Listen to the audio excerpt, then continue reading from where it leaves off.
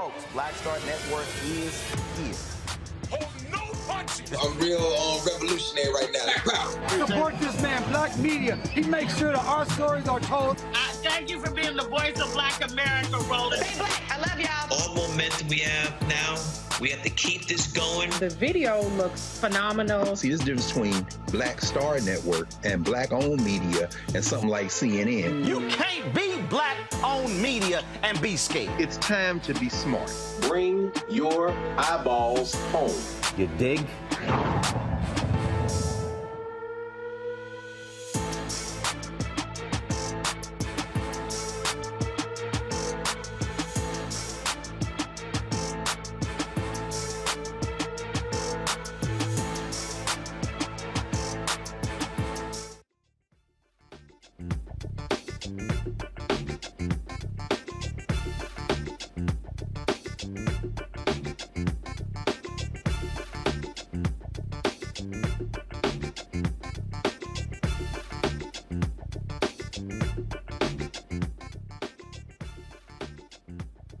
Hey, folks, today is Tuesday, September 6, 2022.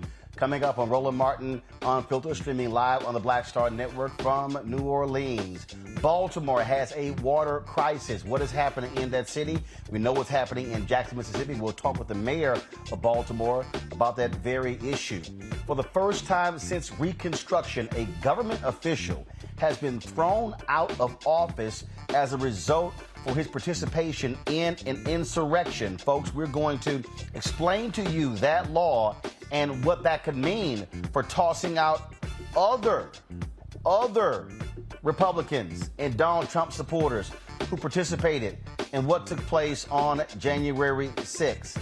Labor numbers are out, folks, in terms of their 71% approval rating for labor unions. What has happened in the last few years where we have seen the explosion of support for labor unions? We're going to get into that on today's show as well. Lots to talk about on today's show. And so let's just get right to it. It's time to bring the funk. Roland Martin Unfiltered. Let's go. He's got it. Whatever the miss, he's on it. Whatever it is, he's got the scoop, the fact, the find. And when it breaks, he's right on time and it's rolling. Best believe he's knowing. Putting it down from sports to news to politics. With entertainment just for kicks, he's rolling. It's on go, y'all. It's Roland Martin, rolling with Roland now.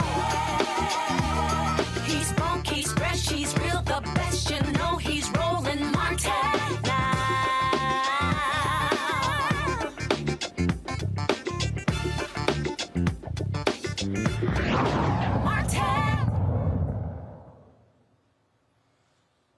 Business and residents living in a 56-block area of Baltimore are being told to boil their water as a precaution. There are some serious issues taking place there with E. coli bacteria has been found in some of the water supply. Now, we've been covering these water issues. Last week, it was Jackson, Mississippi. It continues to impact them there. Now we're having the issue in Baltimore. Joining us right now is the mayor of Baltimore, Brandon Scott.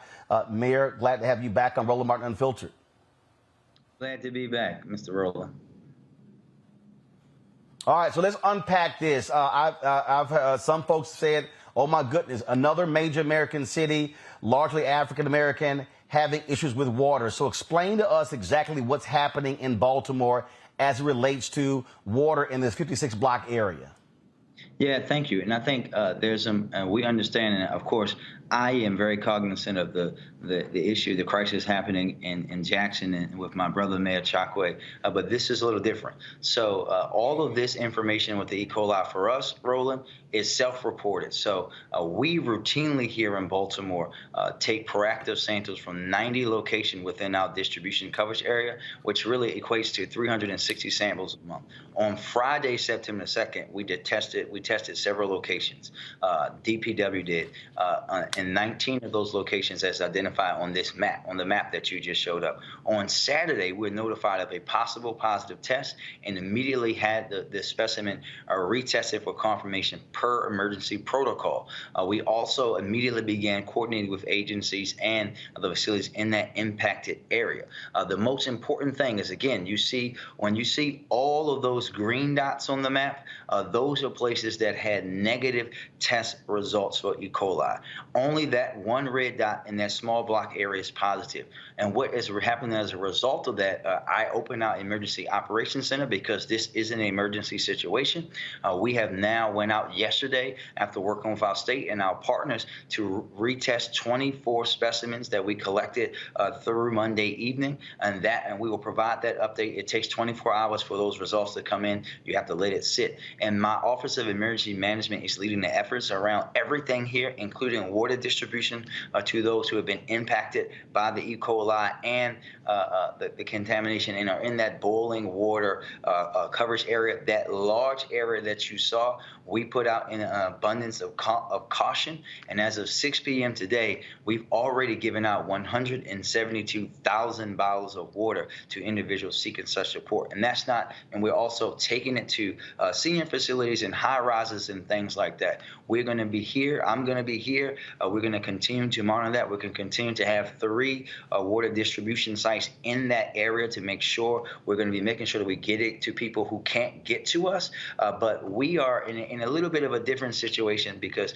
we also know that our treatment facilities, right, all 3 of our water treatment plants, our plants are up to code. That water coming out of there does not have E. coli. That's tested every couple of hours to make sure that that's not happening. So we know it's hyper-located, and as we go through with these retests, we'll be able to go in and see, is it as a result of a water main break or some construction that introduced contaminants into the system? And we'll be taking the efforts needed to make sure that we get that out of the system so that we can provide the water that we know people deserve.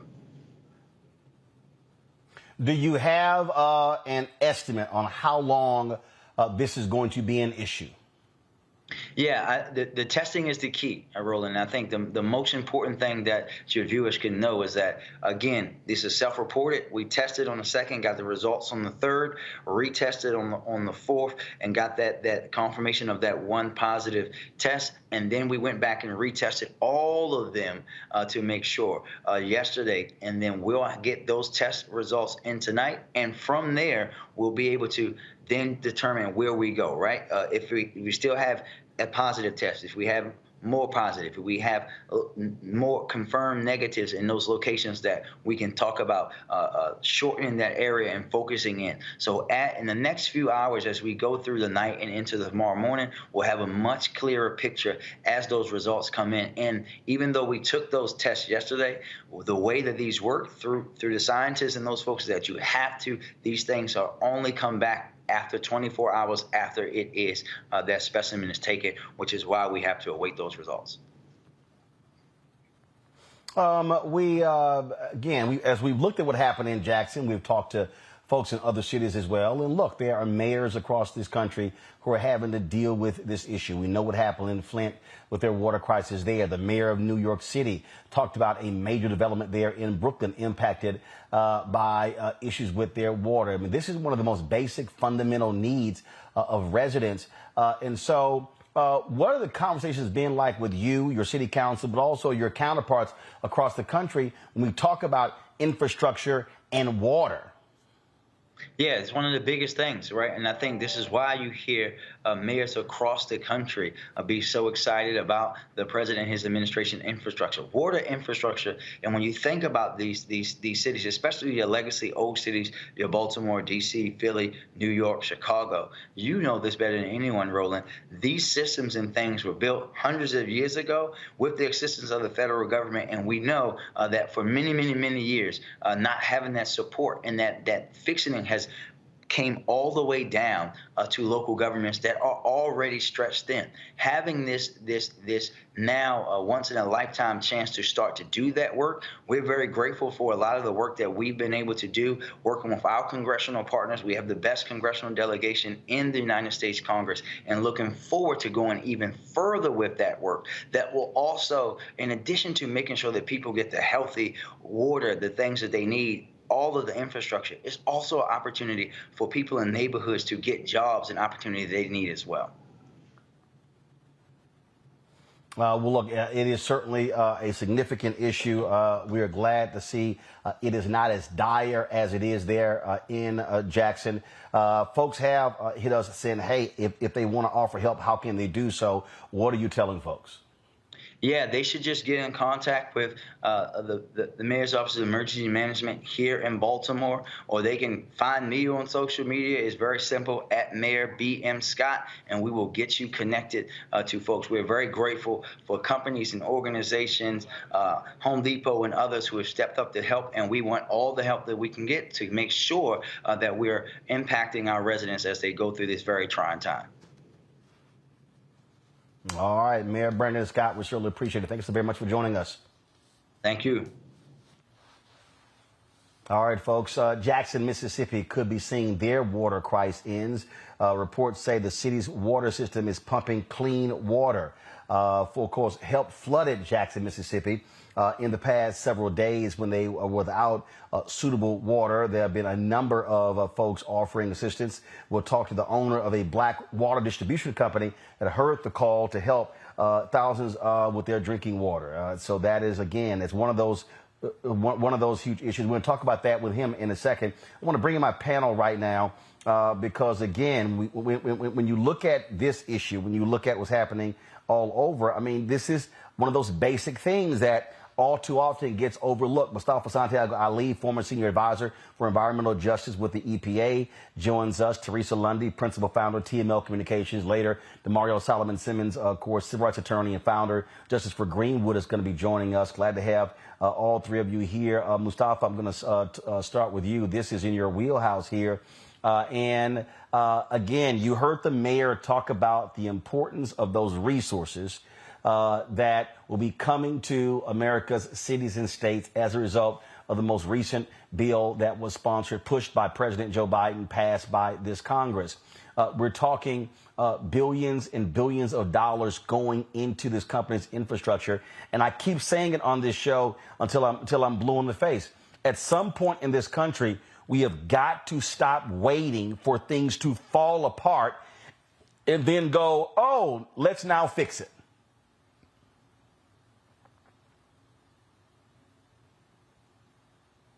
Was the American Society of Civil Engineers.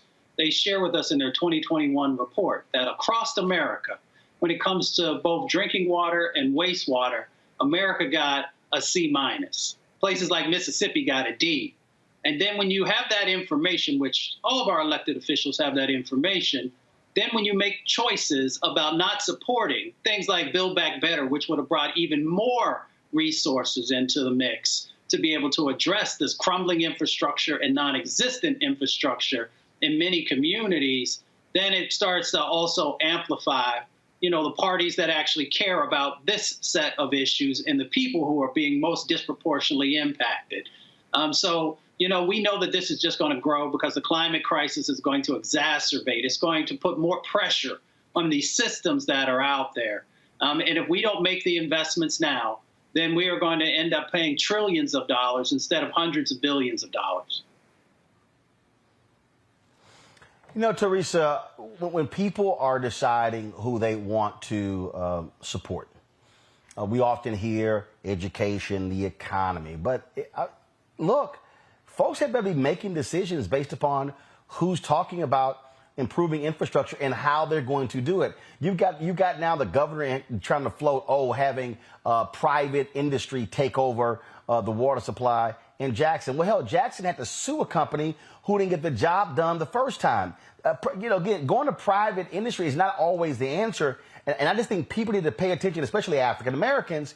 We talk about infrastructure in our communities, our roads, our bridges, our sewer systems, because too often our areas of town are being flooded, are being greatly impacted, especially when you factor in climate change and, of course, years of neglect. You're absolutely right. So when we start looking at, state and local elected officials, I'll get to the federal part in a second, but I think when we talk about the state and local elected officials, part of it is prioritizing taxpayer dollars. And so a lot of times when we are seeing, the misspending or the mismanagement of some of those functions, where it's like, okay, well, let's wait an additional, 5 or 10 years when it comes to some of these decisions, we are absolutely affecting those communities that they are serving. And so, when we start to look at some of those who actually want to run for public office, I think, not just looking at, what quality of life looks like, but let's also look at infrastructure. Let's look at the economy. And what they can do locally at the position that they're running for, because otherwise, we're going to have these situations where we're not just having flooding. We're now having, fires. We're now having electrical issues. We're now having, real estate and, some of those type of issues that can actually decrease the property value. So, some of these issues that are happening that I believe, right now in Pennsylvania, we're, doing, elections on the local and state level. And so some of these questions that are, happening in the now need to be answered. Otherwise, they shouldn't get your vote. Mustafa, I often have said on this show, my parents worked with a civic club, Clinton Park Civic Club in Houston.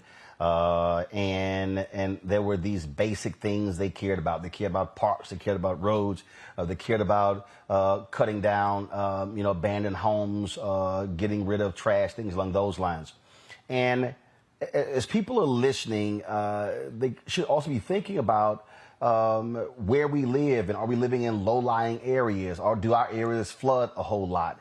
What impacts that? When we start talking about, again, water, infrastructure is so huge. And I literally just left Texas. I was in Houston the last 5 days, and Hurricane Harvey had the 5th anniversary. And out of the billions that came from the federal government, literally, the governor of Texas, Greg Abbott, was so spiteful, he gave none of that money to Harris County, the largest county in the state that was greatly impacted by Hurricane Harvey. And so when we talk about infrastructure, we also have to talk about politics. Mississippi had a $1 billion surplus last year and refused to give a cent to Jackson, Mississippi, even though Jackson is the largest generator of sales tax revenue in the entire state. That's how red state Republican, MAGA, GOP-loving elected officials are screwing over African Americans and others. Without a doubt. We always got to check the receipts. And what I mean by that is that lots of times when these federal dollars flow, of course, they go right to the states. The governors then make a decision, whether it's with a commission or them just making the decision about the places and spaces that are actually going to receive these resources. And what we find is that, look at Jackson as an example. Jackson got a significant amount of money through the ARPA. Most folks know it as a COVID relief bill. And they made some decisions. And when you look at if Jackson got, a significant portion of those dollars, they did not. When you look at the bipartisan infrastructure bill, once again, they knew what was needed in Jackson, but they made a decision to actually send a smaller amount, a significantly smaller, than what the mayor had asked for. So we find across the Black Belt, we find in Texas and a number of other locations that when it comes to our communities, we're not getting our fair share. And they already know that there's been significant disinvestment that has happened decade after decade after decade, creating these health problems inside of our communities, actually making the businesses in our communities, less valuable. And Teresa had just also talked about our homes. So we've got all these different dynamics that are coming together. There is a cumulative set of impacts that are literally sacrificing our communities. And we have to change that dynamic by understanding the power in our vote, making sure that we have both governors and folks on the county local level who care about our communities are willing to move the resources to those areas that are the hot spots. And again, I want people to be paying attention to these things. And again, if you're living in Texas, you're in Harris County, Greg Abbott screwed you. That's one reason why he should be thrown out of office come November. We have to be cognizant of this whole issue of the infrastructure. I want to bring in someone, a business owner there in Mississippi, Teresa. He is a water company. They stepped up and provided bottled water to Jackson, Mississippi. Lee Coffey is the CEO of MSM Distribution. Lee, glad to have you on the show. Water is just one of those basic things, frankly, we take for granted. And when the call went out, your company stepped up. Thank you for having me on the show. And like you said, during the crisis, me and my company stepped up. We had water that we felt like, the citizens needed. So it wasn't no question, no doubt, or nothing about it. When nobody to call and ask, we know we needed to be there to help. The people being played a big part in my business to where I am today. So we tried to extend a helping hand wherever we could. And your company, how long have you had it? I've been in business for 2 years now. Small business owner for 2 years. We started from $400 and now I'm up to shipping semis, all with my own two hands. Didn't have the money to get the equipment that I needed. Family was so poor, but we made it work. We prayed, we kept asking for blessings. Other people who stepped in and helped us in time of the need, donated equipment. So, it was a structure starting out, but I got the hang of it. They taught me the business side, so that was even better. And, I just took it and ran with it, tried to perfect my craft, and touch as many households and families as I could with the water we had. Why did you decide to start the business? What were you doing before? I used to be on tour. I used to do music. I was on tour with the rapper Lil Boosie. And on one of my last performances I got on stage and my lungs collapsed. And I almost died going through a lot of different surgeries trying to find out why my lungs collapsed. To this day, we never found out, but I just took it as if when I got to the height of my moment, God found something else for me to do. So when he steered me away, they took me over to the water company. They heard my music. They liked it. They wanted me to attach my music with the water, and take it everywhere I go. So with all the contacts I had in the music industry, I just came back around and formed a business and said I want to create generation wealth to keep going. And I just want to be prosperous so I can hire other black people and make this big as possible. So me, from my music, that just led me right into the water. Question is do you process it there in Mississippi? And where do you bottle it? You just take us through that. Okay, well, our headquarters in Tuggaville, Alabama, where we blow our own bottles, we fill our own bottles, we label them, we cap them, we do everything in-house. This is a black-owned company with no additives, no chemicals, no preservatives, all natural, with a pH of 6.9, some of the purest water on the market, tested against some of the biggest name brands. Wow, that's pretty cool there. And obviously, folks are asking here in our various message boards if they want to purchase your water. Like I'm sitting here, got a bottle of water sitting next to me here. If someone wants to purchase your water, is there a website they can go to? Do you ship it to folks across the country? Yes, sir. We ship everywhere, all across the world. They can either hit me up on social media at MSM Distribution LLC, or they can go to www.1186realartesian.com. All right. Well, look, we certainly appreciate you joining us on the show. That's pretty cool that you're doing that. And is there a website folks can go to right now? Yes, sir. 1186.com website. Like I said, go check it out. Read about us. We are the only black-owned ultra premium water company in the world, and we based right here in the United States. And again, the website again? 1186.com. All right, then. We certainly appreciate it. Thanks a bunch. Mr. Coffee, good luck. Yes, sir. Yes, sir. Thank you. Appreciate it.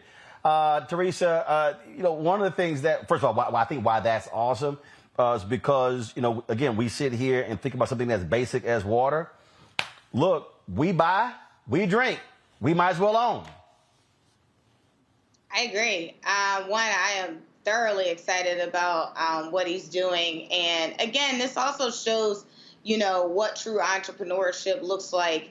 But I was actually curious. A question of mine would have been, what has the city government, how have they received his services? And how are they also offering to help him to keep it going since they currently have a crisis?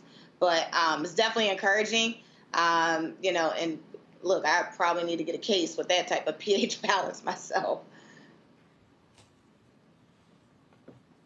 Mustafa, again, it's all about owning. That's what it boils down to. Oh, without a doubt. CEO Coffee, first of all, thank you for everything you're doing in this space. And being a leader and being one of the first is never easy. So, the state of Mississippi, they got a lot of work to do. So one of the things they could do is make sure they have a contract with his company, because they have a number of boil water alerts that are going to happen all over the state. So make sure that you have this in the warehouses so it can get out to folks. But of course, they also need to work on their water infrastructure and get that right. But I continue, Roland, to share with people all across the country about these huge sets of opportunities that are in the climate and environmental space of us being able to create our own businesses, not just be workers in the space, but create our own businesses. There are literally going to be billions upon billions of dollars. And if we don't take advantage of these opportunities to make sure that we are helping our communities to be healthier, and we're creating stronger economic stability underneath of them by making sure that we're the business owners in this space, somebody else will fill that space if we don't. We see how folks come into our communities from other races and other places across the planet and make money in our communities. We should be making sure that we're taking advantage of these huge sets of opportunities that are just going to continue to grow. Indeed. All right, folks, got to go to a break. When we come back, more on Roland Martin Unfiltered. Don't forget to support us here at the Black Star Network. Download the app, Apple phone, Android phone, Apple TV, Android TV, Roku, Amazon Fire TV, Xbox One, Samsung Smart TV. Of course, Sunday was a one-year anniversary of the Black Star Network. And so we certainly appreciate all of you who have downloaded the app thus far. And if you want to join our Bring the Funk fan club, your dollars are needed. I said last month, we got to raise about $100,000 each month to meet our goals for this year. And so we're back on it in September. If you want to send a check on money order, to go to P.O. Box 57196, Washington, D.C., 20037-0196. Cash App is $RM Unfiltered. PayPal is R Martin Unfiltered. Venmo is RM Unfiltered. Zelle is Roland at RolandSMartin.com. Roland at RolandMartinUnfiltered.com. We'll be right back.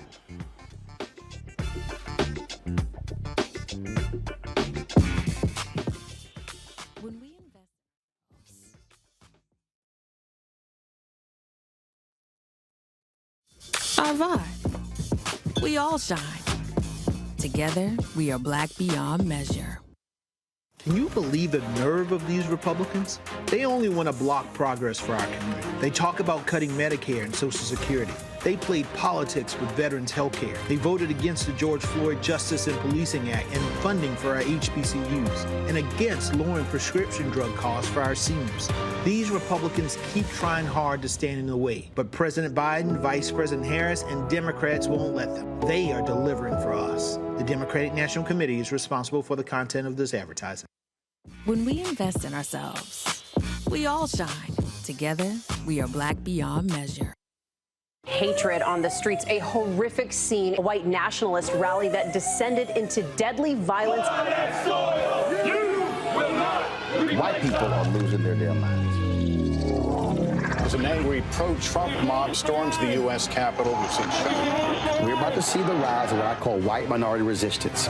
We have seen white folks in this country who simply cannot tolerate black folks voting. I think what we're seeing is the inevitable result of violent denial. This is part of American history. Every time that people of color have made progress, whether real or symbolic, there has been what Carol Anderson at Emory University calls white rage as a backlash. This is the rise of the Proud Boys and the Boogaloo Boys. America, there's going to be more of this. Here's all the Proud Boys, guys. This country is getting increasingly racist in its behaviors and its attitudes because of the fear of white people. The fear that they're taking our jobs, they're taking our resources, they're taking our women. This is white fear.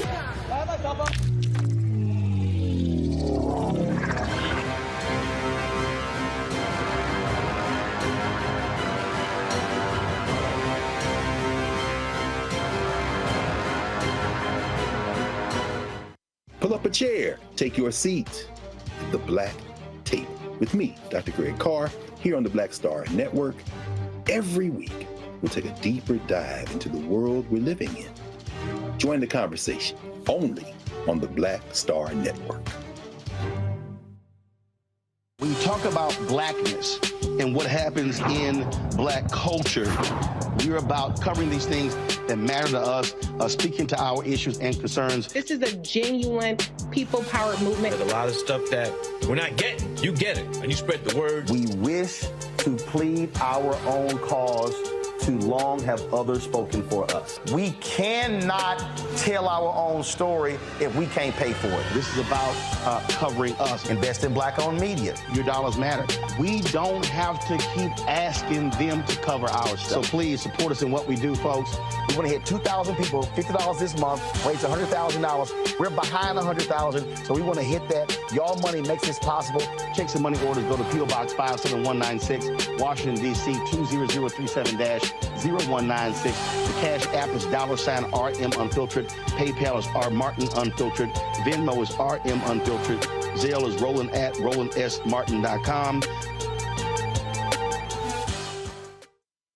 This is Judge Mathis. Hi, I'm Teresa Griffin. Hi, my name is LaToya Luckett, and you're watching Roland Martin Unfiltered.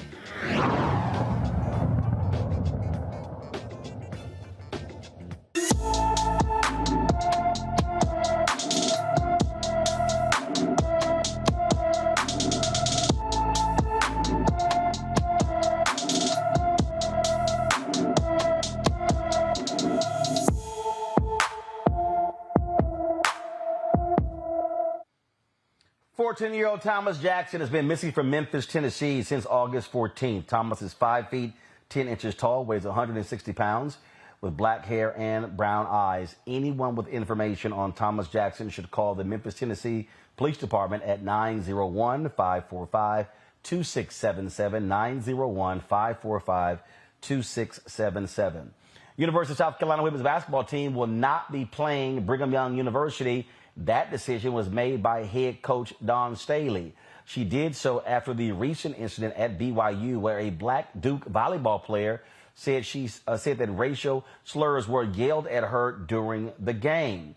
Now, the Gamecocks were scheduled to start the season at home against BYU on November 7th, but Staley says simply that is not going to happen. Well, it wasn't a knee-jerk reaction, obviously, because I don't knee-jerk anything. I vetted it. I talked to various people that was a part of the situation, and I just felt like, I slept on it a few nights, and I woke up with the same just gut feeling that I should not put our players in that situation. I did not discuss it with our players. I did tell them, was it yesterday? Yeah, Friday, that it's going to be happening, and they nodded in affirmation. So, and I didn't do it to, condemn BYU. I did not do that. This was a selfish decision, and I was only thinking about South Carolina women's basketball. And I wanted to handle it on my own, which is, not hopefully involve anybody else that have to deal with it, meaning our administrators, although, Coach Tanner was really good about supporting it. I didn't want to bring up Rachel as well because I didn't want her to relive it. I just wanted to make sure that our players didn't have to endure that, and because I don't have the words. If something were to happen in that manner, I don't have the words to comfort them. So I'd rather just not put ourselves in that situation. Well, Brigham Young, they responded. They posted this on Twitter. "We are extremely disappointed in South Carolina's decision to cancel our series and ask for patience with the ongoing investigation. We believe the solution is to work together to root out racism and not to separate from one another. # love one another." South Carolina is searching for another home opponent to start the season. Now, what's happening here, Brigham Young University says the fan they banned from its athletic facilities after racist incident during a recent volleyball game may not be the person who shouted slurs during the match. The AD, John McBride, says BYU athletic staffers have been combing through the school's video recordings of the match to find anyone responsible. Now, you've had a conservative newspaper at BYU claim a source internally says, oh, no one has come forward to take responsibility for this or say they heard anyone shout it.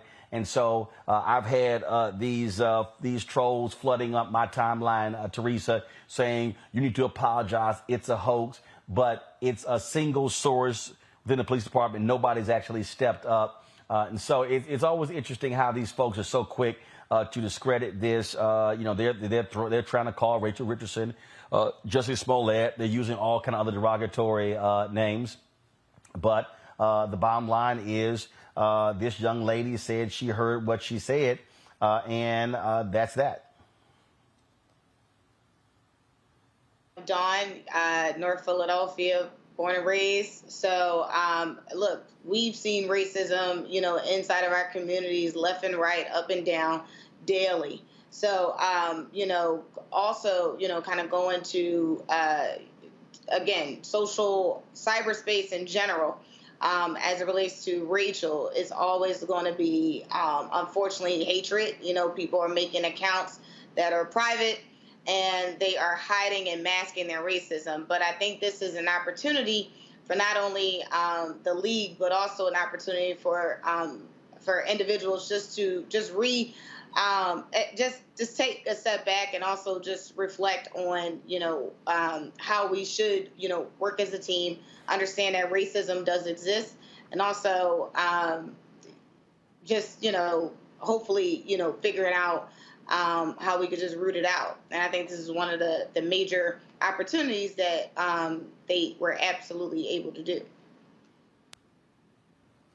DeMario, the thing that's interesting here, you got all these folks. Like I say, they are commenting, they're posting, they're tweeting. You need to apologize. This was a hoax. Going back and forth. There's no video. They're throwing all the different things out. But the reality is, the police department hasn't stepped up, citing a source in the police department. You don't even know who the hell that particular source is, but it's always these right-wing folks who are trying to discredit someone black.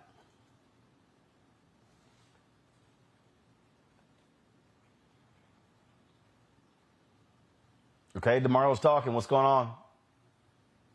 You can't hear me? Can't hear. Hello? Hello? Now we got you. Okay. I was saying I'm a true fan of Dawn Staley, and this is a tremendous show of leadership that she's saying I'm going to punish. I know she said she didn't want to punish BYU, but racists should be punished, and racism should be punished. And I'm glad that she's not going to allow them, because Dawn Staley in South Carolina, they don't need to play BYU. They're a top team. BYU needs to play South Carolina. So this is the type of leadership that we talked about last week when we talked about this situation. That people, when they do racist things, they should be held accountable swiftly, and it should hurt. It hurts BYU to not play South Carolina. It hurts BYU for us to even continue to talk about the racism that happened to this young lady. And listen, Roland, you and I and Teresa and Mustafa, we all know, it does not matter if they had a video of an individual calling her the N-word on video. There will be people, those trolls, who will not believe it and not care that it happened. The same way they don't care what happens with what Donald Trump and all those other Republicans do. They don't give a dang. I'm proud of Dawn Staley, and I wish more black people in positions of power and leadership would exercise their power in this manner. Mustafa. I mean, Coach Staley as a player and as a coach has always been, first class. And realizing and utilizing your power in the moment is incredibly important. I'm always curious what other programs who are going to be playing BYU sometime, whether it is this year or next year, if they are going to show up. The other question is, folks often talk about how they got religion after something has happened. What were the policies that BYU put in place beforehand? When you purchase a ticket, is there any language that's shared with you about being anti-racist, or that we are, whatever the slogan was that they had, one love another or something like that? And, what are the other pieces of systems that you have put in place to make sure that racism is extinguished on your campus? Because when somebody comes onto your campus who's purchased a ticket, they are part of your BYU family. So not only students, but also the other folks who are going to spend time there have a responsibility for being anti-racist.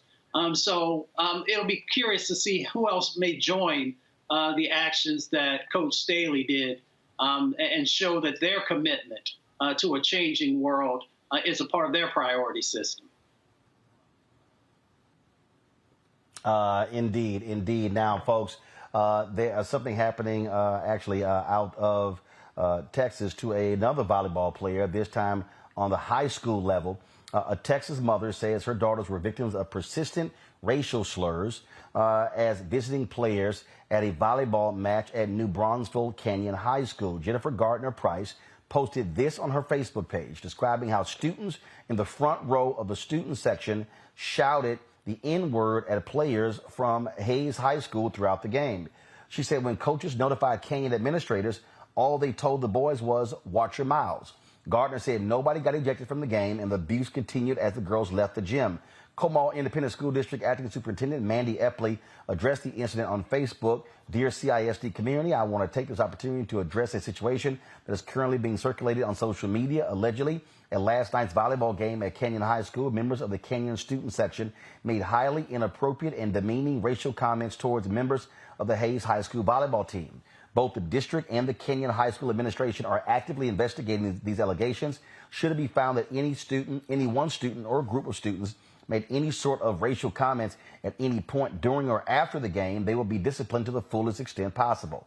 Comal ISD and Canyon High School will not tolerate this sort of behavior, as it does not represent who we are as a district or as a campus. The students, staff, and community at Canyon High School have worked hard to create a culture of inclusion and acceptance. Any comments that a single student or group of students may have made are not reflective of the overall student body at Canyon High School or Comal ISD. Finally, I want to personally apologize to the players and coaches on the Hayes High School volleyball team, as well as the Hayes High School community, for any inappropriate comments that may have been made. Please be assured that we will get to the bottom of this issue and that Comal ISD will not tolerate any racial intolerant behavior. Ironically, the Hayes players all were displaying the number 3 on their hands in support of Rachel Richardson, the Duke University volleyball player who alleges that she was hit with racial taunts there at BYU. Here's what I don't, and again, this is what I don't understand, and this is just me. And Teresa, I'll begin with you on this one. If this happened in the moment, and you got the district who is saying, well, first of all, Hayes said they went to the administrators, and they were like, okay, watch your mouths. I'm sorry. This is a moment where I'm the coach. I'm saying I'm pulling my team off the court until y'all get on that mic and publicly say something. Teresa? You're absolutely right. And I think Musako touched on it earlier when we talk about coaches and their leadership. And what does that really look like? We can't just, be idly by just sitting and allowing things to happen, because they'll continue to escalate. So what if that, player decided to actually react, to that racial slur? Then we're in another situation, and now we're trying to figure out what is the consequence for that student reacting. So part of it is, one, holding people accountable, but also coaches having a firm understanding that their job is not to just call plays. Their job is to institute what leadership, what real teamwork, what is the foundation of integrity, and bring it on to the court in practice and while they're playing the game. And I think, really just exercising, what racism, and really talking about what racism is, It's not, something that's blind. It is something heard. It is something seen. It is an action word. And so noting that, I think also gives coaches the ability to show us exactly who they are and how they're teaching these kids. And DeMario, to me, again, it's not going to be, we're investigating. No, in that moment, him, all use the N-word. I want them thrown out. Man, listen, once again, for those who are watching this, the same thing I said last week.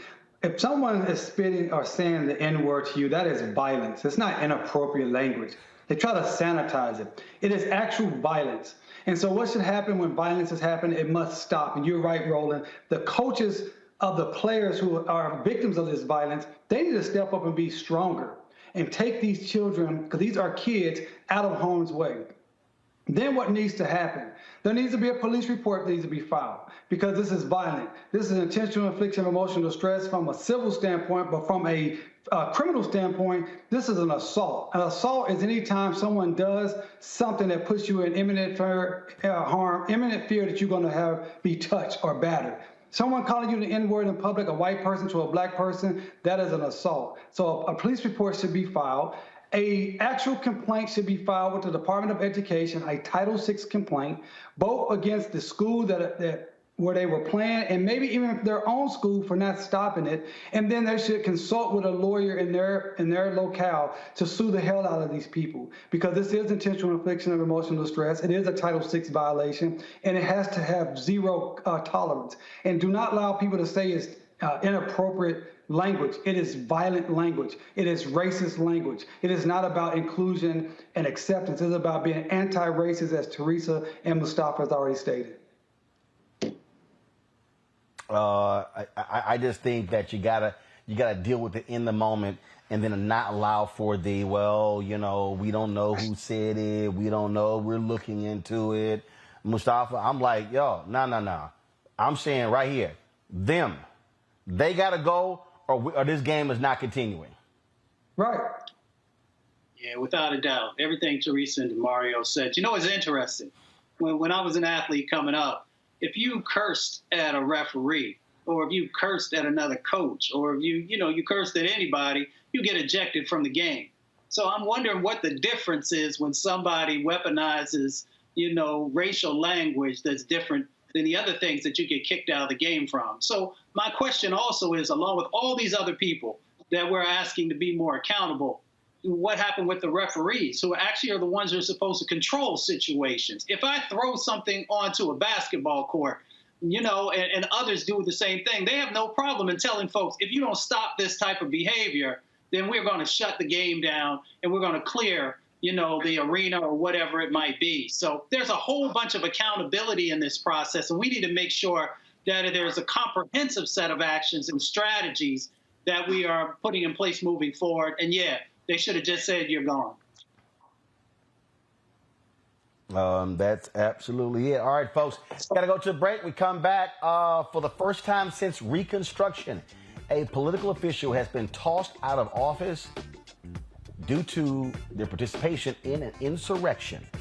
I'll explain. You're watching Roland Martin Unfiltered on the Black Star Network. Download the Black Star Network app, Apple phone, Android phone, Apple TV, Android TV, Roku, Amazon Fire TV, Xbox One, Samsung Smart TV. Support us. Join our Bring the Funk fan club, where our goal is to get 20,000 of our fans contributing on average $50 each a year. That's $4.19 a month, 13 cents a day. You get this 2-hour daily show, Faraji Muhammad's 2-hour daily show, weekly shows by Deborah Owens, Jackie Hood Martin, Greg Carr, Stephanie Humphrey, bi-weekly Rolling with Roland, 1-hour interview show. You get all of that, folks. It's free. You just sign up for the app. It's free, but we also need your support, your donation, joining our fan club. And again, support us in all that you can do so we can make this possible and produce new, compelling content for you that is Black-owned, for us, by us. We'll be right back.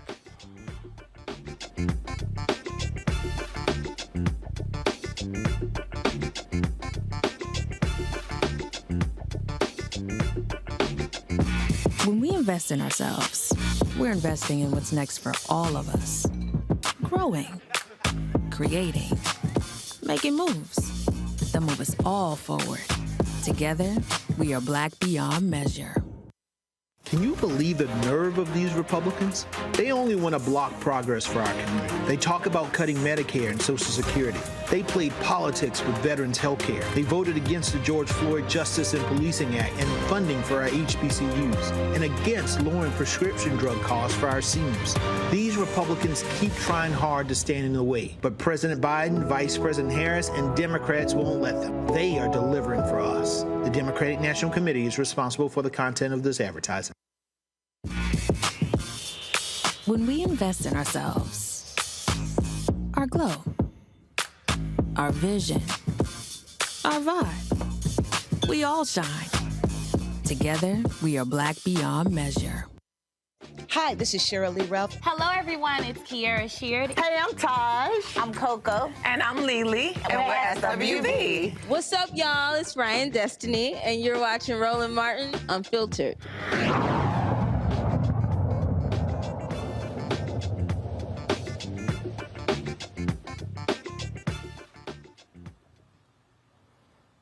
All right, folks. The 14th Amendment deals with the issue of an insurrection. Check this out. There's a county commissioner in New Mexico. A judge has tossed him out of office as a result of his participation in the U.S. Capitol riot. That's right. The founder of the Cowboys for Trump, Coli Griffin, is a county commissioner there. And this judge said that he violated a clause in the 14th Amendment, which keeps folks from participating in an insurrection against the U.S. government. Yeah, he's been thrown out. It's the first time a judge has formally ruled that that January 6th, what took place on January 6, 2021, was indeed an insurrection. Folks, this is significant. DeMar, I want to start with you. A lot of people are unaware of this clause in the 14th Amendment. It dates back to the Civil War. And folks have been unwilling to invoke this. In Georgia, some residents tried to get Congresswoman Marjorie Taylor Greene thrown out of office on a similar deal here. But this is one of those laws that it's sitting right there that no one has tried to use before. And frankly, there are a number of elected officials who were involved with what took place on January 6th, and they were indeed domestic terrorists in doing so. So bravo to this judge for saying, hey, man, you got to go. Hey, no question. Once again, Roland, just like we just talked about with Don Staley, this is just another example of actual leadership and people utilizing the tools and the power that they actually have possessed to actually get things done in America today. We need more of this. It's clause 3 of the 14th Amendment that says these insurrectionists, these people that try to do a coup in the United States, they don't have a right to be in leadership. They don't have a right to be an elected official. So I am proud of this judge. I hope other judges and other Democratic leaders would do the same thing with people all over this land who tried to overthrow this country and are now elected officials. People like Jim Jordan, people like Josh Hawley, people like Marjorie Greene you already talked about, and many, many others. So this is just another great example of leadership and people utilizing the power that they actually have. That point there, I think, is an important one, Mustafa. Use the laws right now. You're hearing people say that Merrick Garland, the Attorney General, should be far more aggressive in how he is dealing with Donald Trump. The same thing. What these folks did on January 6th, it was pure domestic terrorism. It wasn't that, they were just taking a tour of the Capitol. No, we saw the video with our own eyes. It was abundantly clear. Right. Without a doubt. I'm still confused how there are members in the House who still have their job, because all of us who've taken federal service, raised our right hand and said we would defend the Constitution against those both foreign and domestic. So we got domestic terrorists who are holding office, and we have not gotten rid of them. I mean, so it goes against everything that, that the founders and others have written over the years. So it'll be interesting to see if folks finally expand the utilization of the point that we're making. And actually, if these folks don't want to be a part of our system, then they should not be being paid as a part of the system. Teresa. Yeah, I totally agree with all of it. You know, we need to get everyone who decided to attack the country, attack the Capitol, and make sure that they don't do it again. If this is not a lesson learned for, you know, the United States, then I'm not sure what lesson is there to be learned. Because I think, you know, again, you know, we just got to make sure that, you know, especially those who are in elected office, that, again, they're utilizing their power, they're understanding that, you know, their job is to provide justice and safety for all. So half the battle is if, you know, we have elected officials who choose to be a part, choose to, you know, run with this rhetoric, then they need to get out of office. And I think, you know, the judge made it very clear and clean. And hopefully that is an example of what, you know, some of these others who decided to be unmasked, you know, this is the consequence that they have to look forward to in the future and right now. Absolutely. And again, I really hope these judges get far more aggressive in dealing with these people. They are boils on American society. And it's so funny. I was on MSNBC on Saturday, and I call these folks evil. I call them for exactly what they are. And oh boy, the right wing, they've been so upset with me, mad, angry. They've been tweeting me, emailing me. Their racism is showing, Mustafa. And then I love these people. You know, I'm a grandmother of 7. I'm a Christian. I'm a Trump supporter. And I support a border wall. I support the military. How dare you call me evil? You started by saying I'm a Trump voter. End of our conversation. I mean, well, here's what this is really what gets me, Mustafa.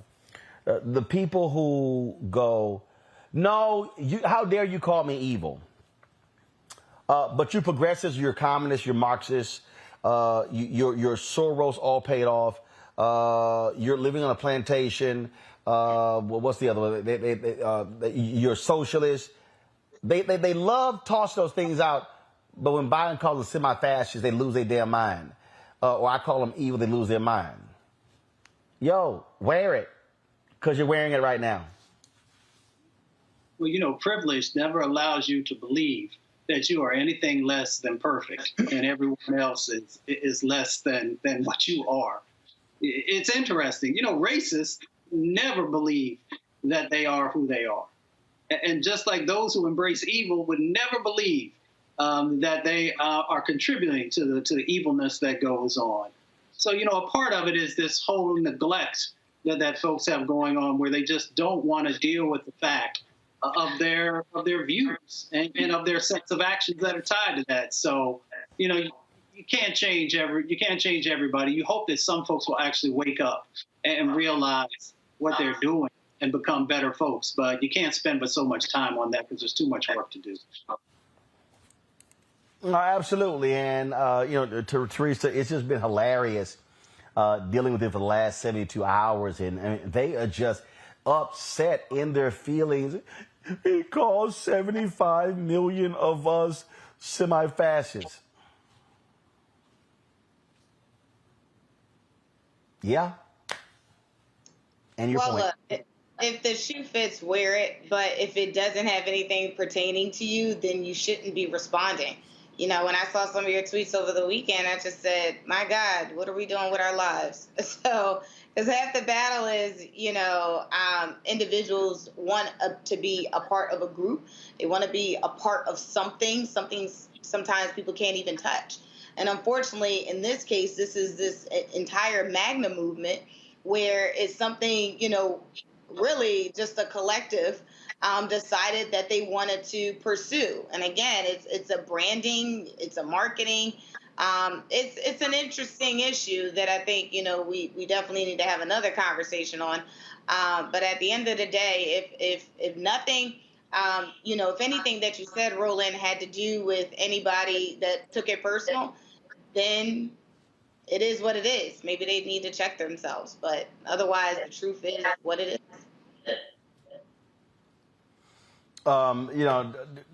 DeMario, you're there in Oklahoma, and it's a whole bunch of Trump suck-ups there. When he had his big first rally after COVID, it was there in Tulsa. That's where Herman Cain went to die. Got COVID, came back a few weeks later and died. These folks really get upset when you call them out. They get upset. But look, you can't overlook the crappy stuff this man said before when he was running, what he said while he was running, what he said after he won, and what he's saying right now. And I'm sorry, if you supporting stupid, I'm going to call you stupid. Yeah, and look, this is why racism is such a debilitating disease and such a destructive disease of the mind and the spirit. Because these individuals will say, oh, I'm not racist, and how dare you call me racist when they're doing nothing but racist things. I mean, it's like the same individuals who say, oh, we just go back to prayer in school. Well, when we had prayer in school, we had segregated schools. When we had prayer in school, we had lynchings going on all around this country. When we had prayer in school, we had segregated water fountains and other things of that nature. So these people, the Crimea River, they always call them black people and so-called progressives as snowflakes. These are the biggest wimps, snowflakes, punks, whatever you want to call them. They always get their feelings hurt because they're not used to someone speaking back on them. They like to be bullies. As soon as you say something to them, they want to start crying. They're the ultimate Karens and the Kevins. Karens and Kevins is what I like to call them. This for me is real simple. I punch back every time. Sure. So if y'all don't like it, that ain't my damn problem. Yep. That's your problem. Yep. Simple as that. So I'm not going to stop punching back. I think they're so used to folks backing down from them. And so I heard that conservative radio talk show host Mark Levin was talking trash about me. Okay, Mark, bring your punk ass on. Call me. Yeah. Email me. I'll debate you. Tucker, any day. Martha McCallum, Laura Ingraham, any of y'all. Sean Hannity, I take on any of y'all any day, anytime, anywhere. And so there's a reason why y'all don't call me. Yeah, but of course they don't want. No. They don't want this smoke. Now, I see the black folks they book, and that's the folks they book who on this show. But they don't want this smoke because they know how it's going to end up. And so I'm not going to back down from any of them. And y'all can come on my Twitter feed, you come on my Instagram feed, you come on my Facebook page. Listen, I'm real fast with the block button. I can block several hundred y'all in an hour. It really is not a problem. So if y'all want to swing and y'all want to debate, let's go. Let's go. Because we're not scared and won't be scared of any of y'all. Because truth will prevail. And we're going to expose the evil and expose the lies every single day. That's why I created this show 4 years ago. That's why I created the Black Star Network a year ago. And so, if y'all want some of this, all you got to do is email. I'll be there. But they say let a brother know. Going to a break. They don't want none. Going to a break, y'all. We come back. More on Roland Martin Unfiltered right here on the Black Star Network. When we invest in ourselves, we all shine. Together, we are black beyond measure. I remember being with The View when they said, we want to extend your contract. And I knew God said, it's time to move. It's time to go. And everybody was saying, Sherry, you got a great job. You're making all of this money. And I said, no, it's time. And they said, you ain't going to be able to, you've been away from Hollywood. And I said, it's time to go.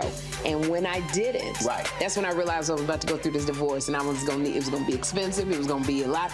And I said, I'm going to stay. I said, I'm going to stay for a couple of years. So you make this money. See, go ahead. I'm going to make this money. And then I'll get out, Lord. So I'm going to do a compromise. I'm going to do what you say, but I'm going to do it on my thing. And he went, really? He went really. And you know know when he went really? They said that we were heavy in contract negotiations. And they came, my manager called, she said, they're not gonna renew your contract. And I went, hey, wait, what? Sue, what? Just yesterday, they was offering me more money. She said they just decided not to renew your contract. And I remember sitting in front of the mirror at the View, and I went, what happened? And it was very clear. God said, I told you it was time to go.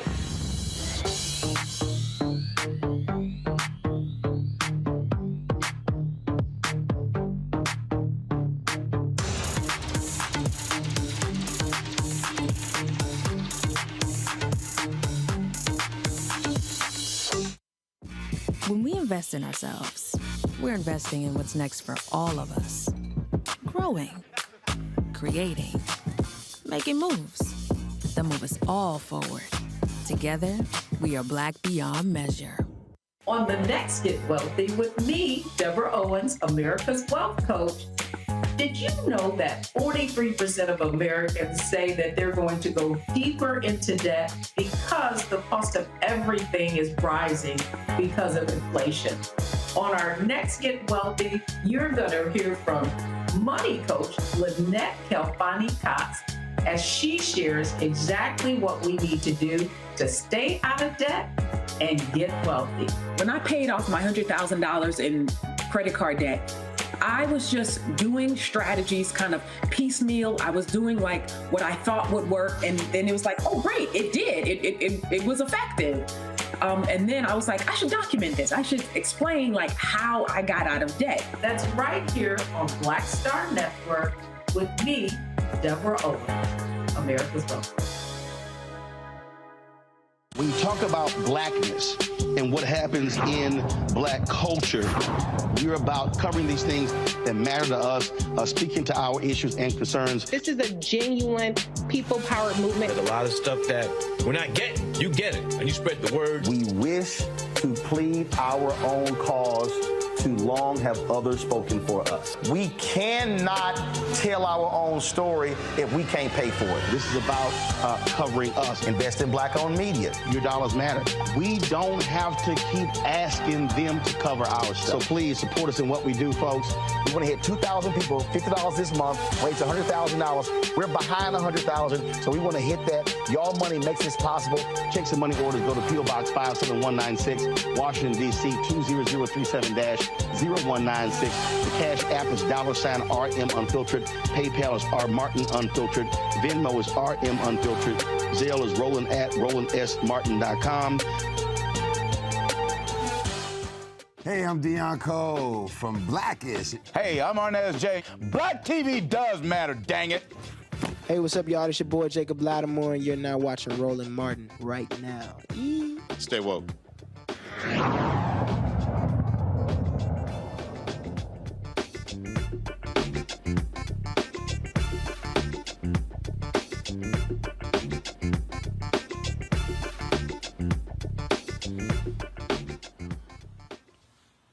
All right, y'all, I got words of wisdom for white racists.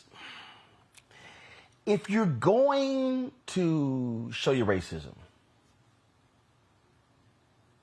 don't do it on video. And two, don't name your employer when you're showing your ass. A white chemical engineer did just that on a plane coming back from London. He got booted from the plane because of this. Let me grab your bag. It's one of these. I don't know, it's one of these. Well, let's keep searching. Let's look for the fucking nice bag. All right, sir, grab your bag. The fucking Coli, the Swedish made bag. What do you want? What do you want? It's for you to grab your bag. What color is it? It's a black fucking bag. A black bag? Yeah, obviously I'm a white male that picked the black bag because I'm racist. You're taking me off the fucking plane because I'm racist. I didn't do anything. Yeah, I'm a little intoxicated, right? Fuck you, dude. This one, sir? Switch here? The Coli, the Swedish fucking bag. It's a better bag than most y'all can afford. The Swedish made fucking bag. Please, no phones. Well, get the fuck. You want to kick me off the fucking plane? Then fuck all y'all. Sorry, that's the only bag you have. That's the only bag. Okay, so that's the only bag. That's your only bag. You want to kick me off the fucking flight? Are you gonna compliment me to another flight when I go to? Talking to me, no, I'm not. But if you have some respect, you get off the plane. I'll get off the fucking plane with you liberal faggots. I hope all you liberal faggots fucking crash the fucking plane, you faggots. Fuck you. Crash your fucking plane, you fucking liberal. I'm a chemical engineer. I work for GlaxoSmithKline. I work for GlaxoSmithKline. I'm about to quit the fucking job this week. Reach out to the company, one of the 5th faggot companies in the world. Just send it back. Get him out of here. GlaxoSmithKline. I'm a chemical engineer.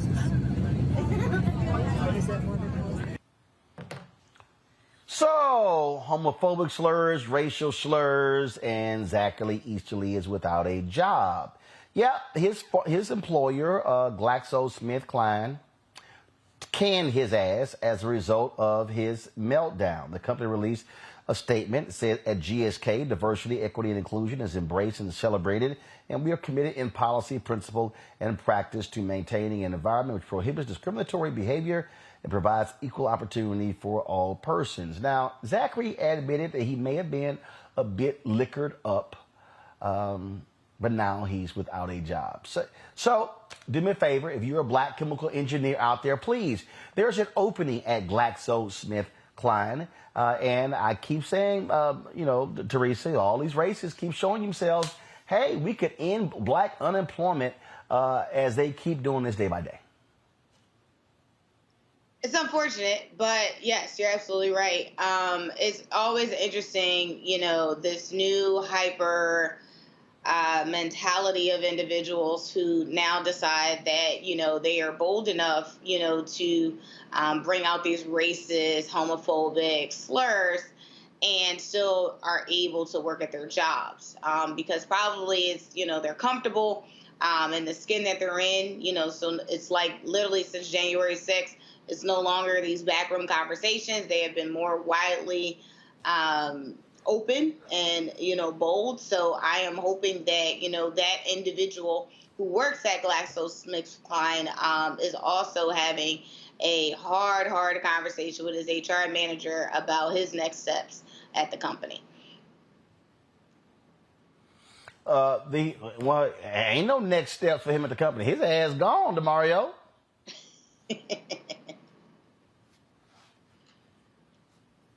Can't hear you. DeMario, will you stop hitting the damn mute button? He acting like me. You makers do not know how to use technology. Hey, I'm gonna tell you what, I love that video you just showed, and I appreciate my sister Teresa. She's so nice. She said, unfortunate. I'm glad this happened to this guy. All I could think about was the Ric Flair said, cocaine's a hell of a drug, because that's all I was thinking about, that he was talking all that stuff. Look, like you said, don't be racist, number one. If you're gonna be racist, don't be it on TV. This guy, hopefully he was arrested also. He should have been arrested because he was, again, lodging threats, violence. Just because when you talk that way and you threaten people, that's violence.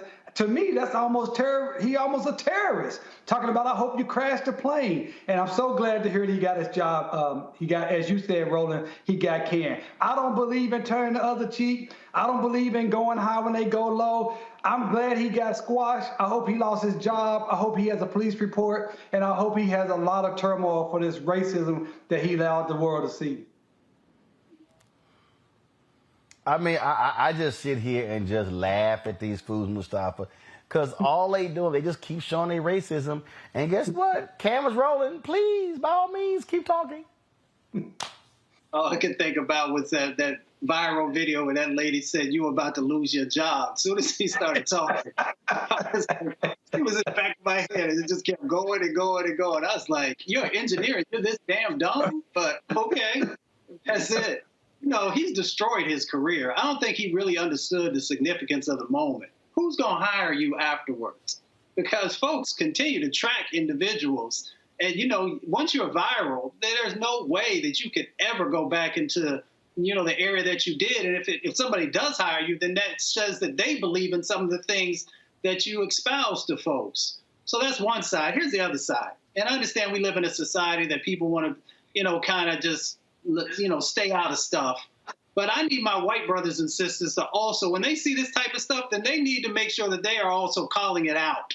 I'm not asking them to get up and put hands on anybody, but they should have been drowning him out and making sure that folks knew exactly how they feel about the things that he was saying. And then the last part DeMario talked about, which is incredibly important. If that had been a person of color who told folks, I hope your plane crashes, we all know how that would play out. There'd be some police officers waiting for you when you got off, whether it's on the international side or here in the States, and there would be a much deeper conversation, and you probably would be arrested, and a number of other things that would play out in that situation. So, continue to act up, continue to be caught on camera. You need to keep that mess. You shouldn't do it, but if you're going to do it in your home, in the basement where you belong. And speaking of, if you're not playing things smart, SeaWorld is not doing so. The family of two black girls that appeared to be snubbed by a costume character at Sesame Place in Philadelphia say all options are on the table after a meeting was set up and the CEO of SeaWorld, he didn't show up.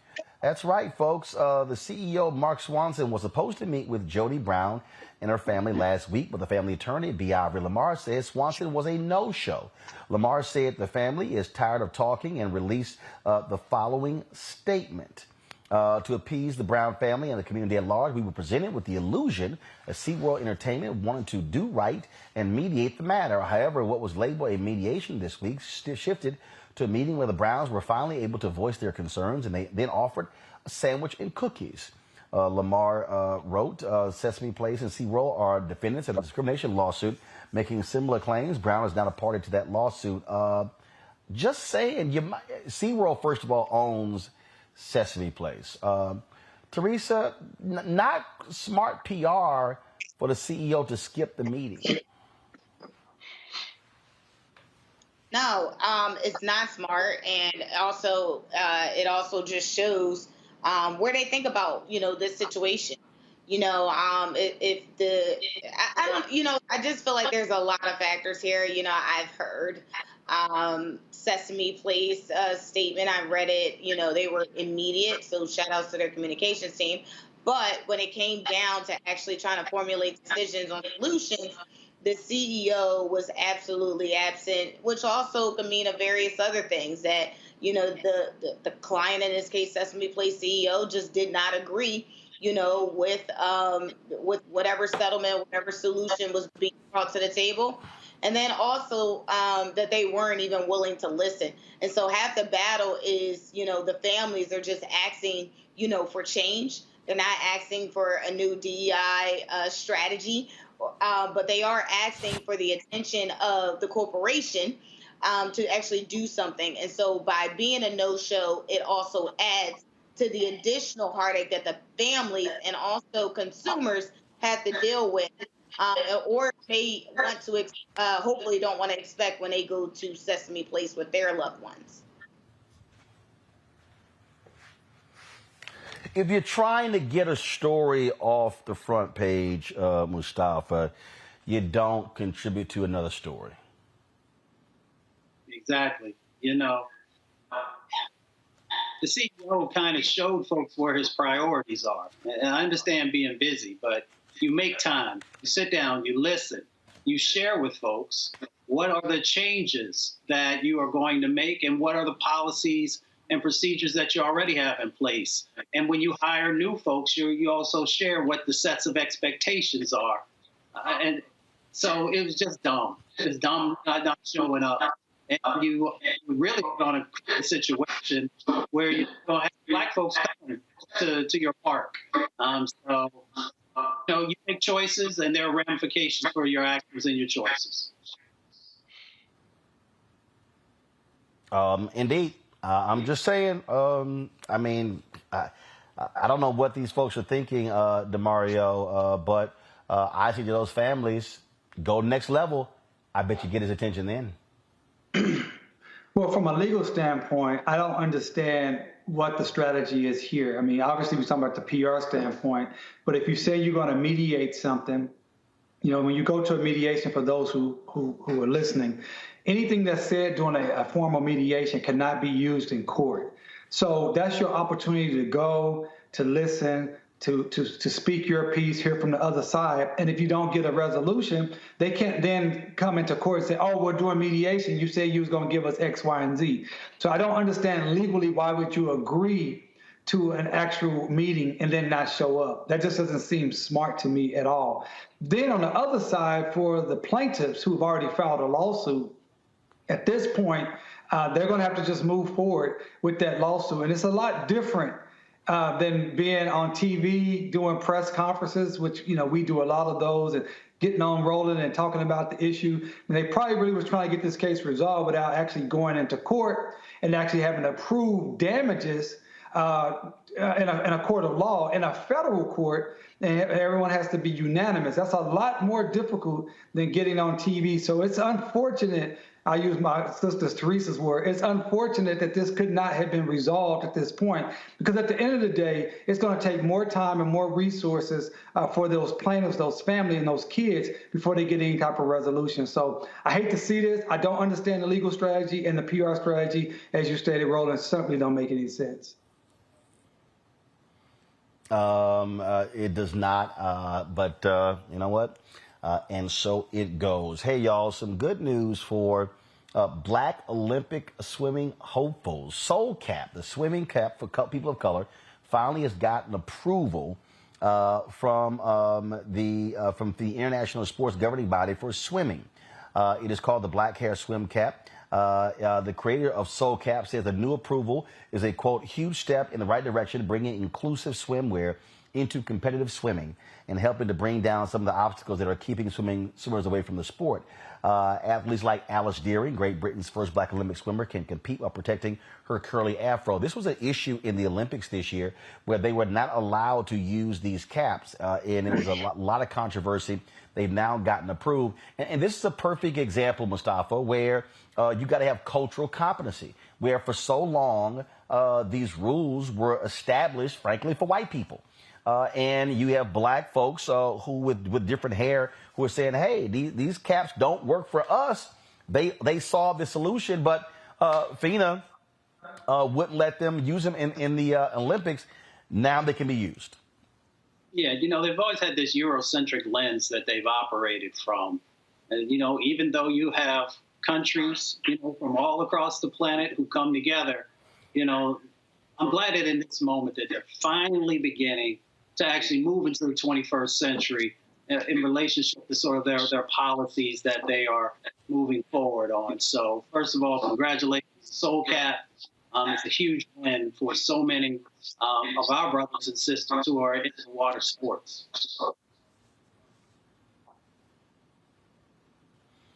Teresa. Yeah, I was literally raising my hand saying, thank God, finally.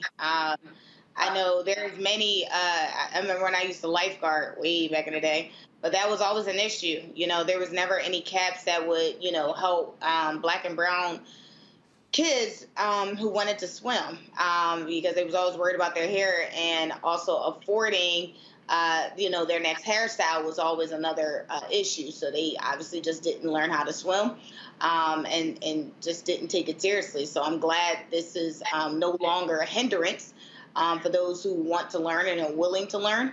And also, the Olympic, finally just woke up and said, hey, times are changing, and so do we. DeMario, I consistently say that we are a country, a world that operates by white standards. Now what you are seeing are people who are saying, you know what, I'm just not going to conform to how y'all roll. So you know what, we're going to create things that work for us. And if that means forcing your hand, so be it. And that's what it takes when you live in a society and a world that's been dominated by Europe for 500 years. That is an unfortunate fact. And so I'm proud of this company that they were able to, number one, create a product that was and fulfill a need in the market. So that was good. They created a product that was at such a high level that Olympians want to use it. And then they didn't stop with the initial no. They continue to move forward, go through the channels, do what it was necessary to do to get the actual approval. So now, not only will this help Olympics swimmers, but as Mustafa stated, it will help this company and other entrepreneurs. So more Black people can see when there is a need for something that impacts us, something that we need to create it, and then create a market and be successful as an entrepreneur and as a problem solver. You know, and I know there's someone who is who's saying, well, you know, this applies to the Olympics, but the reality, Mustafa, this impacts folks all over. This impacts every day. We're seeing how folks in high schools, in middle schools, elementary schools are having to deal with their hair and these white standards in terms of what's acceptable, and hopefully this is going to impact younger swimmers, individuals who may want to swim, but they're concerned about their hair, who now say, hey, there's now a cap I can wear and I can maintain my culture, but I can still swim. Exactly. You know, not knowing how to swim is a very dangerous situation because you never know when you might be close to water and accidentally fall in. Somebody might throw you in, all kinds of things. So being able to increase, you know, the more brothers and sisters, especially at young ages, who are learning to swim is incredibly important. I learned to swim in Puerto Rico. My uncle taught me when I was like 5 years old. So, you know, I'm excited. I'm truly excited about this because it not only is it going to help to build wealth, you know, inside of our community for this company and hopefully others, but it also helps us to protect our health. Indeed, indeed. All right, folks. Nikki Giovanni, the renowned poet and author, is retiring after 35 years at Virginia Tech University. She, of course, again, poet, essayist, author. She began teaching there in 1987. After hearing her speak at a conference, school faculty member Jenny Fowler recruited her to teach there. The president of Virginia Tech, Tim Sands, said in a statement, Nikki Giovanni has been an important and deeply valued presence on our campus, giving voice to the spirit of Virginia Tech and helping us celebrate, mourn, learn, heal, and be better. Her words will continue to inspire us and touch readers around the world. And while we will miss her regular presence on campus, she will always be a beloved member of our university community. Nikki Giovanni is a Fisk University graduate, a civil rights activist and poet. She became known after her involvement in the Black Arts Movement in the 1960s, and she first established the first Black Arts Festival in Cincinnati, Ohio in 1967. If y'all want to see a great interview, simply go to our YouTube channel. Keenan, you're listening. Go ahead and load that on the Black Star Network. Go to the app. We had a great conversation with Nikki Giovanni in our old studio here on Roland Martin Unfiltered, the Black Star Network. Great chat. And what's so crazy is we talk more about food. She loves to cook. And boy, she threw some shade at Maya Angelou. She's like, yeah, Maya thought she can cook, but she really couldn't. But y'all got to see the interview. It was fantastic talking to Nikki. So I hope y'all enjoy that. And so, again, it should be on our YouTube channel. I know it's on the YouTube channel, but also Keenan will load that up in our Black Star Network under our book club, Roland's Book Club, and you can check that out. All right, folks, let me go to a break. We come back. Our marketplace segment. We'll talk to a sister who created her own company. You know, we always feature these Black-owned companies in this particular space, and it is called Afro Unicorn. We'll explain Afro Unicorn when we come back. Right here on Roland Martin Unfiltered on the Black Star Network, live in New Orleans. I'll tell you a little bit later why I'm here. Big announcement we're making tomorrow. If you want to support us in what we do, download the Black Star Network app. We were 1 year old on Sunday. Apple phone, Android phone, Apple TV, Android TV, Roku, Amazon Fire TV, Xbox One, Samsung Smart TV, and of course you can join our Bring the Funk fan club. Every dollar you give goes to support this show. Our goal is to get 20,000 of our fans on an annual basis, contributing on average $50 each. That's $4.19 a month, 13 cents a day. And you can support us Cash App. First of all, check in money order to P.O. Box 57196, Washington, D.C. 20037-0196. Cash App, $RM Unfiltered. PayPal is R Martin Unfiltered. Venmo is RM Unfiltered. Zelle, Roland at RolandSMartin.com. Roland at RolandMartinUnfiltered.com. We'll be right back.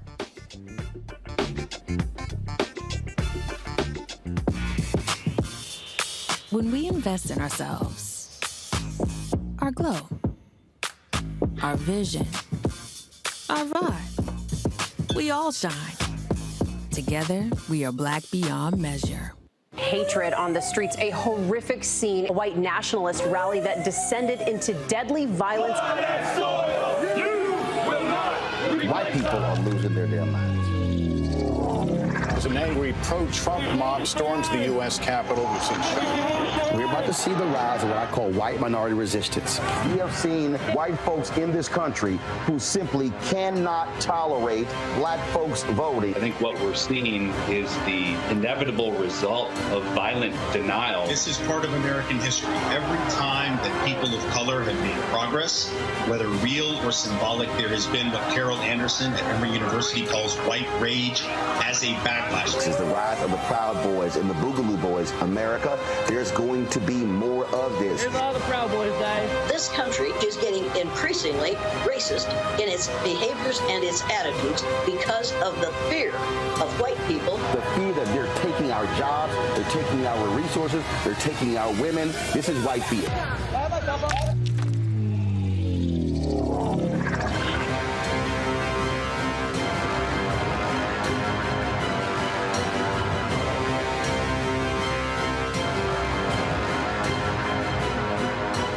Next on A Balanced Life with me, Dr. Jackie, the great resignation is upon us. Yes, it's real. People, young and old, are evaluating their lives and making some determinations whether to stay or to go. But before you take the leap, you need to examine your motives and make a plan. It's not so much about doing this thing or starting this business or, leaving where you are to do something different. It's about getting in touch with you. How to make change while also keeping balance. Here on the next A Balanced Life with me, Dr. Jackie, on Black Star Network.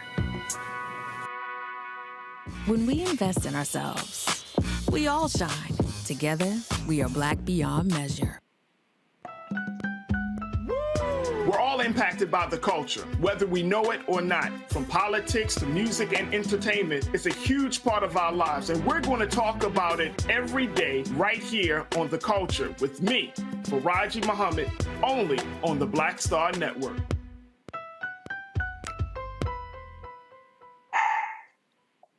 Hey, I'm Donnie Simpson. Hi, I'm Eric Nolan. I'm Shantae Moore. Hi, my name is LaToya Luckett, and you're watching Roland Martin Unfiltered.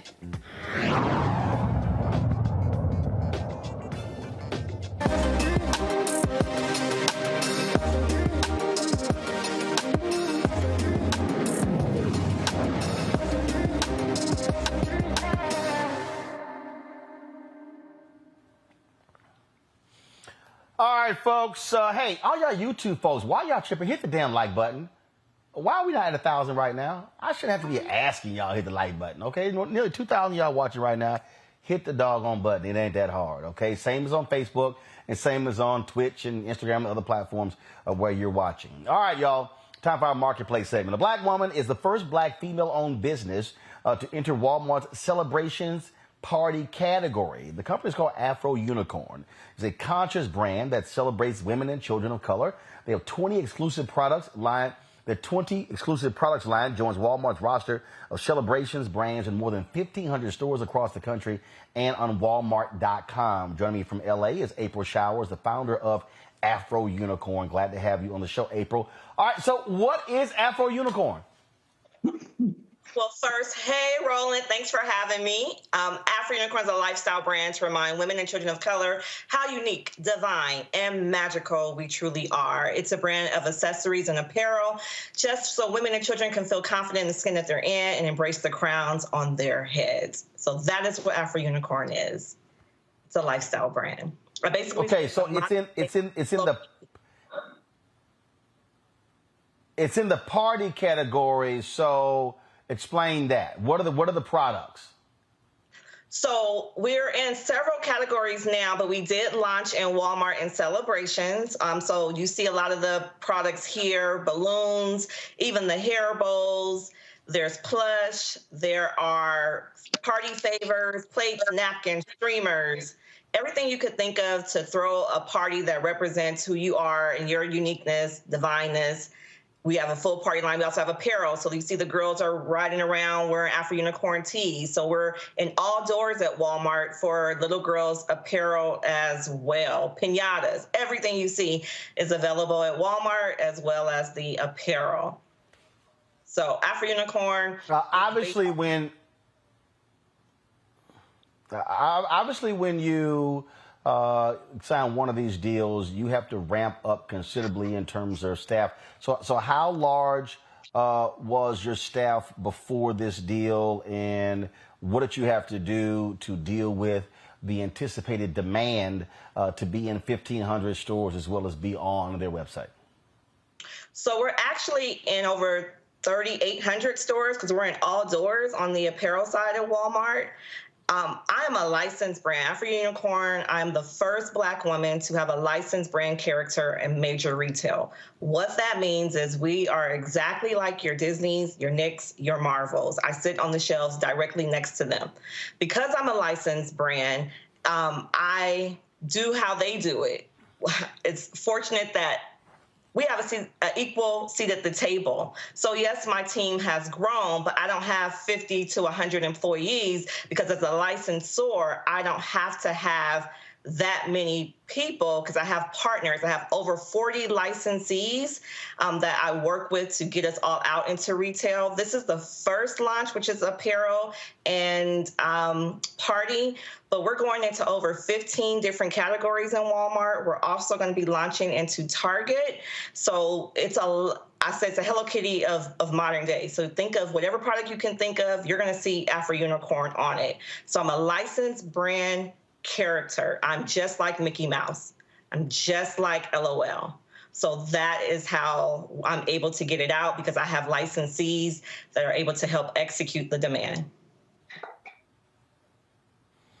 All right. Questions for my panel. First up, Mustafa. Yeah, well, congratulations. My sister, when I was growing up, she loved unicorns, but she only had a little pink unicorn. So I'm so glad that I can now share this with my nieces. My question is, how do you make choices about the products that you're going to move forward? Are there young children and others who play a role in helping you to decide what they like, or are there others who are part of that decision-making process? Well, I do have my inner team, which consists of my social media manager, Kalia, my assistant, Leonka, my manager, Askia, and they all have children, well, except Leonka. So I do rely on their children's input. I also rely on the little girl that actually got us into Walmart with a viral video. It was Cassidy Brianna. She was taking a photo shoot after Unicorn. Somebody walked by and said, "I love your hair." And she said, "Thank you, it's an afro." And that particular video went viral. So she's now she'll be 6 on the 18th. She is my unicorn expert. So I tend to always lean on her with everything unicorn as it relates. So I use Cassidy very heavily because she got us in. So I want to make sure we stay in. Teresa. Well, congratulations from a fellow entrepreneur. I absolutely love the brand. And I literally was sending to my group text of friends, like, Afro Unicorn is the new Marvel. So very excited. So look, you said it. I think it's great. So one of my questions for you, as you were starting this brand, what was the thought process, of this? Was it you just got tired of seeing unicorn being one color? And why a unicorn? So my friend kept referring to me as a unicorn. And I'm like, why do you keep calling me a unicorn? He said, well, because you have your businesses. I'm insurance agent. I'm also a licensed real estate broker. I'm a single mom of 2 amazing Black honor roll student boys.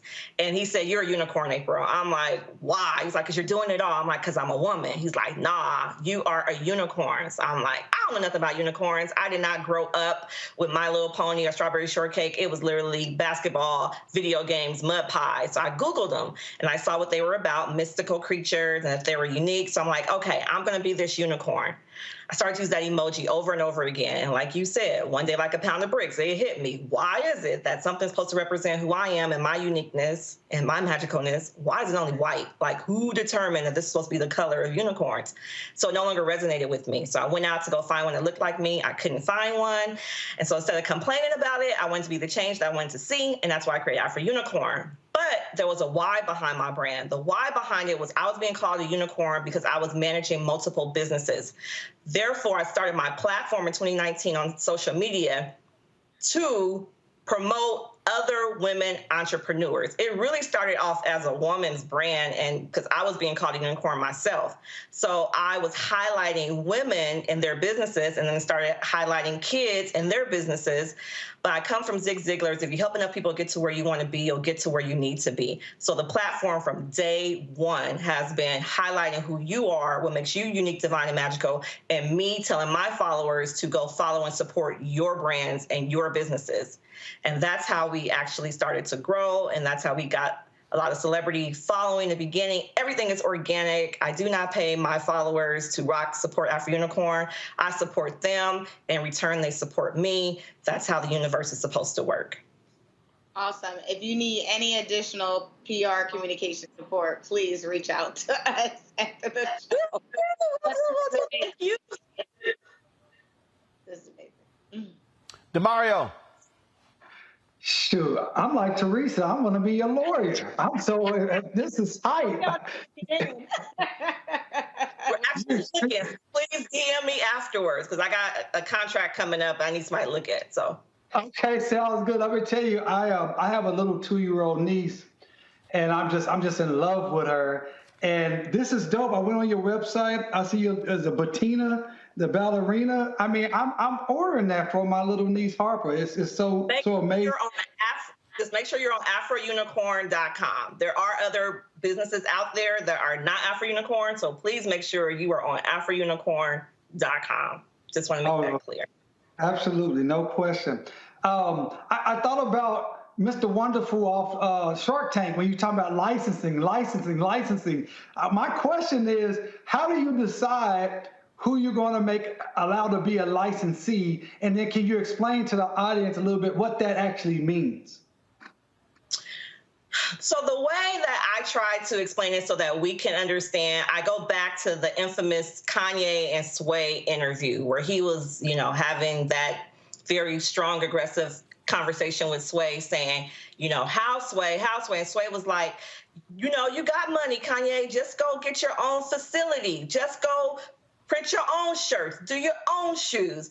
And he was like, you ain't got the answers. Like, that's not how the Calvin Kleins, that's not how the Tommy Hilfigers, that's not how they're getting it done. And they're not giving me that information. I'm trying to figure out why I can't get there. I lost $13 million trying to open up the warehouse and do it myself, Sway. So that's not the answer, and you don't have it. Fast forward 8 years later, or 6 years later, he does a licensing deal with Adidas, and now he's a billionaire. So licensing is basically how you're able to get your products to mass distribution all over the world without having to necessarily manufacture yourself. Like, I don't have anyone packaging orders here or shipping them out. It's all that. It's about that work smarter, not harder. But the problem with licensing, like Kanye was saying, is information. Our people perish for lack of knowledge. It is a very small, tight Jewish community for the most part. It's very, very tight. They're all in New York for the most part. And if you don't have a seat at the table, and I hear him, he's fighting right now. If they don't give you that seat at the table, you kind of just don't know about licensing. So we're very fortunate as the first Black woman to have a licensed brand character that sits on the shelves next to all of the other characters. It is really, really a big, big deal. And to answer your question, how do I decide? I look at to see like who they currently represent. So if I know they got Disney, if I know they have Nick, I know I have the best in class. So that's what I try to navigate with. So right now it's really about us trying to figure out how do we get this information of licensing down to other people and minorities that look like us, and how do we get them into this licensing game? Because we're not in it. We're just really, really not in it. I know 50 Cent, they've done it. I think Russell's done it. A few people have done it, but not a lot, because they don't allow us that access. We don't get that same information. And so our goal with Afro Unicorn, with me and my manager, Askia, is to help build other brands through this licensing funnel. So that is the goal of Afro Unicorn. I want to keep it from how it was from day one. And Afro Unicorn's always been to help promote other businesses. And that's what we're going to do through licensing as well. All right, then. That is awesome. Give folks, again, the website where they can get more information. So our website is afrounicorn.com. Again, please go to afrounicorn.com. Don't just search Afro Unicorn. Ever since we've popped up, there's been others on the scene. So please make sure you're searching afrounicorn.com. We're also available in Walmart in the celebration aisle, as well as in apparel. Yep, there you go. All right, April Showers, we appreciate it. Thank you so very much. Thank you. Have a good one. Bye. All right, you take care. All right, folks, I am here in New Orleans. Y'all want to be tuning in tomorrow at 4 p.m. Eastern, 3 p.m. Central, where there's going to be a news conference, big announcement with regards to with Urban Edge Network and Roland Martin Unfiltered, the Black Star Network. We are here. We'll be streaming it live. Trust me, you don't want to miss it. It is a major announcement we're making. Can't tell you right now, but I think it's going to be great. We'll be live with the show right after the announcement. It's going to be a news conference taking place from 3 to 4:30 Central, 4:30 to 5:30 Eastern, and then we go live at 6.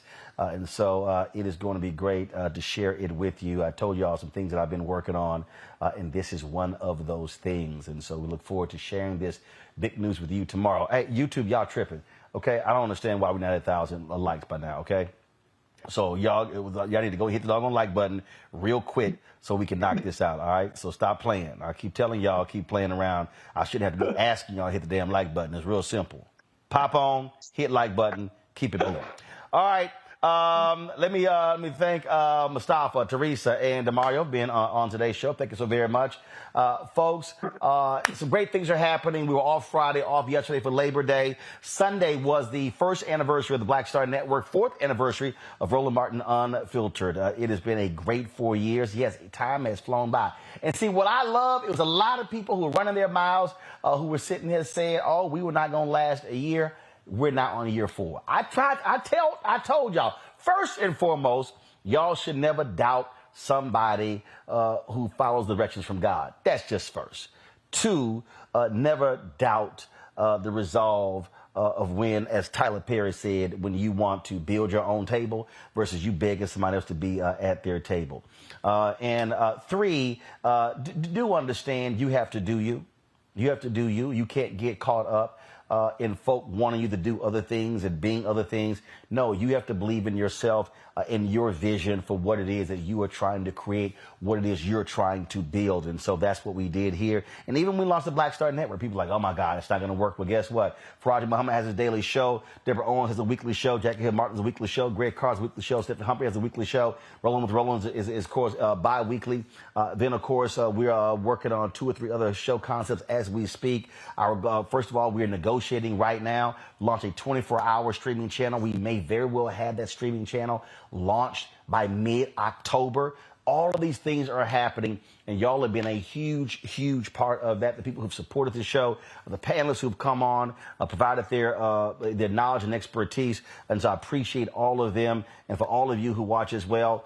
And look, we're continuing to beat the doors down when it comes to advertising and trying to raise these dollars to build, because that's what it's all about. And so when you see me calling companies out, there's a reason I'm doing so, because the reality is we cannot have black news. We cannot have build capacity. We cannot have larger media companies if we're not getting those resources. We shouldn't be begging and hoping CNN or MSNBC or one of those networks covers us. No. I ain't trying to do that. I'd rather us own our own cameras, on our own platforms, telling our own story. And so we thank all of you who have been with us for the last 4 years of Roland Martin Unfiltered, the last 1 year of Black Star Network. And I guarantee you there are bigger things ahead. And one of those things you will learn tomorrow when we make the announcement here in New Orleans. And so until then, please download the Black Star Network app, Apple phone, Android phone, Apple TV, Android TV, Roku, Amazon Fire TV, Xbox One, Samsung Smart TV. And of course, you can join our Bring the Funk fan club. Cash or checks go to P.O. Box 5, check of money orders. P.O. Box 57196, Washington, D.C., 20037-0196. And of course, Cash App, $RM Unfiltered. PayPal is R Martin Unfiltered.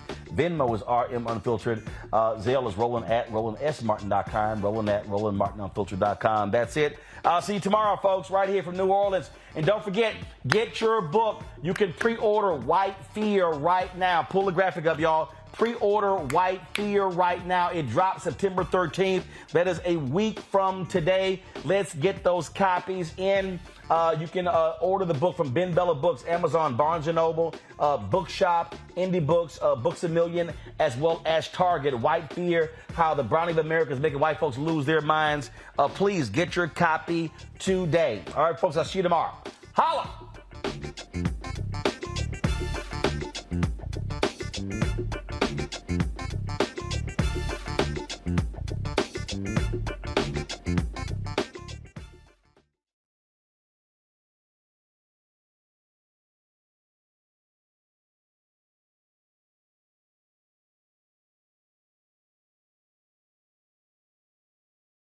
I can hear you now. All right.